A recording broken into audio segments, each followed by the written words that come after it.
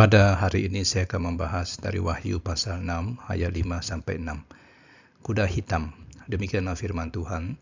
Dan ketika anak domba itu membuka materai yang ketiga, aku mendengar makhluk yang ketiga berkata, "Mari." Dan aku melihat sesungguhnya ada seekor kuda hitam dan orang yang menungganginya memegang sebuah timbangan di tangannya. Dan aku mendengar seperti ada suara di tengah-tengah keempat makhluk itu dan berkata, "Secupak gandum sedinar dan 3 cupak jelai sedinar, tetapi janganlah rusakkan minyak dan anggur itu." Saudara, bagian ini menggambarkan pembukaan materai ketiga oleh anak domba yang memunculkan penunggang kuda hitam dengan timbangan di tangannya. Warna hitam dan timbangan melambangkan kelaparan yang akan terjadi. Suara yang terdengar entah dari keempat makhluk hidup atau dari anak domba atau Allah sendiri menyerukan harga gandum dan jelai yang sangat tinggi, menunjukkan kelangkaan pangan yang parah. 1 liter gandum dijual seharga 1 dinar, yaitu upah harian seorang pekerja, sehingga ia hanya bisa atau dapat membeli makanan yang cukup untuk dirinya sendiri dan tidak dapat menghidupi keluarganya. Meskipun jelai lebih murah, yaitu 3 liter untuk 1 dinar, namun jelai biasanya digunakan sebagai makanan ternak karena tidak mengandung gluten seperti gandum. Nah, pesan tentang kelaparan ini sangat relevan bagi orang Kristen pada masa itu, khususnya di kota-kota seperti Smyrna, Pergamus, Tiatira, dan Philadelphia. Mereka dipaksa untuk bergabung dengan serikat yang mengharuskan mereka menyembah berhala. Nah, ketika mereka menolak dan bersumpah setia kepada Kristus, mereka kehilangan pekerjaan dan mengalami kelaparan. Namun suara itu juga memerintahkan agar minyak dan anggur tidak dirusak.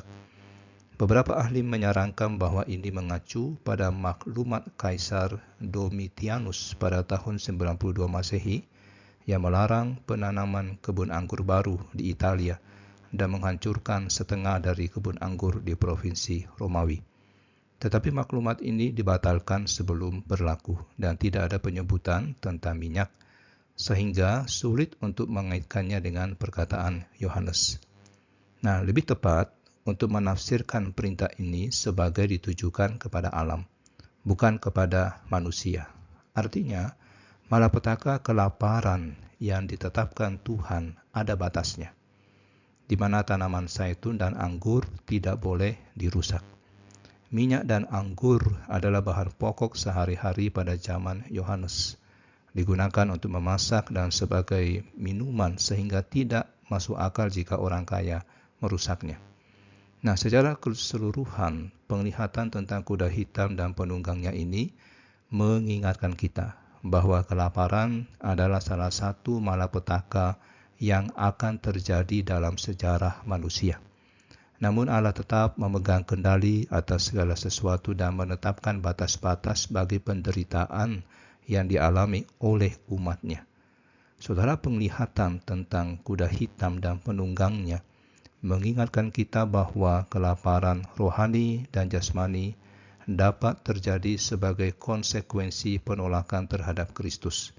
Ketika kita lebih memilih untuk menyembah berhala-berhala dalam hidup kita, seperti uang, kekuasaan, dan kenikmatan duniawi, maka kita akan mengalami kekosongan dan kekurangan yang sejati. Namun, sebagai orang percaya, kita bisa bersyukur bahwa Allah tetap memegang kendali atas hidup kita dan menetapkan batas-batas bagi penderitaan yang kita alami.